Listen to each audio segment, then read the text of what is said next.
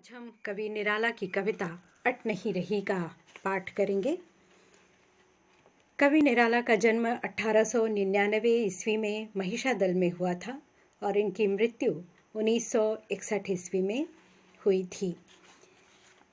अट नहीं रही फागुन के सौंदर्य का चित्रण करती हुई एक कविता है।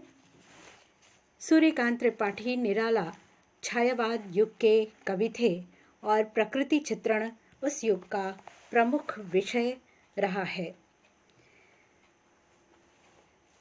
कवि ने यहाँ पर फागुन के अद्भुत सौंदर्य का चित्रण किया है। फागुन ऋतु, वसंत ऋतु का मानवीकरण किया है और कविता में फागुन की मादकता को उन्होंने प्रकट किया है। कवि फागुन की सर्वव्यापक सुंदरता को अनेक संदर्भों में देखता है। जब मन प्रसन्न हो तो हर तरफ फागुन का ही सौंदर्य और उल्लास दिखाई पड़ता है। सुंदर शब्दों का चयन एवं लय ने कविता को भी फागुन की ही तरह सुंदर एवं ललित बना दिया है।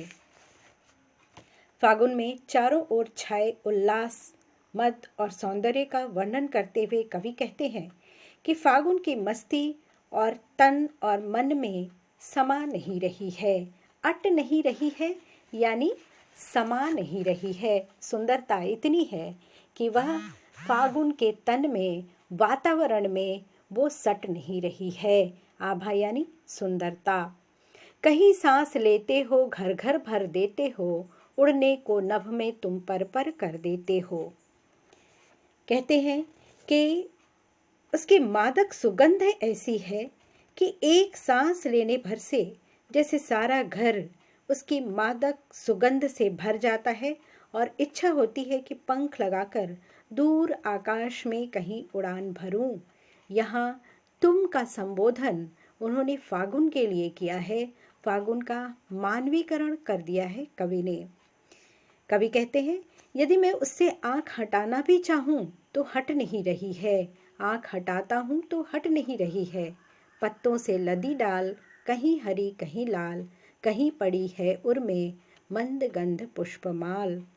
कहते हैं कि फागुन का ये सौंदर्य केवल लोगों के तन और मन पर नहीं, अपितु पूरी प्रकृति पर दिखाई देता है। कहीं हरी है तो कहीं लाल रंग के पत्तों से ये डालियां लदी हुई हैं। कहीं पृथ्वी के हृदय पर जैसे मंद गंध से फैली हुई पुष्पों की माला पड़ी है। फूल इतने तरह तरह के सुंदर फूल खिले हैं और उनकी मादक मंद सुगंध आती है। ऐसा लगता है जैसे प्रकृति के हृदय पर फूलों की सुंदर माला पड़ी हो। जगह जगह फागुन के सौंदर्य की ऐसी छटा बिखरी है कि वह किसी कोने में समा ही नहीं रही। पाट पाट शोभाश्री पट नहीं रही है। किसी भी तरह से कम करना भी चाहें तो यह शोभा, यह सौंदर्य प्रकृति का, कहीं से भी प्रकृति का सौंदर्य ये कम नहीं हो रहा है।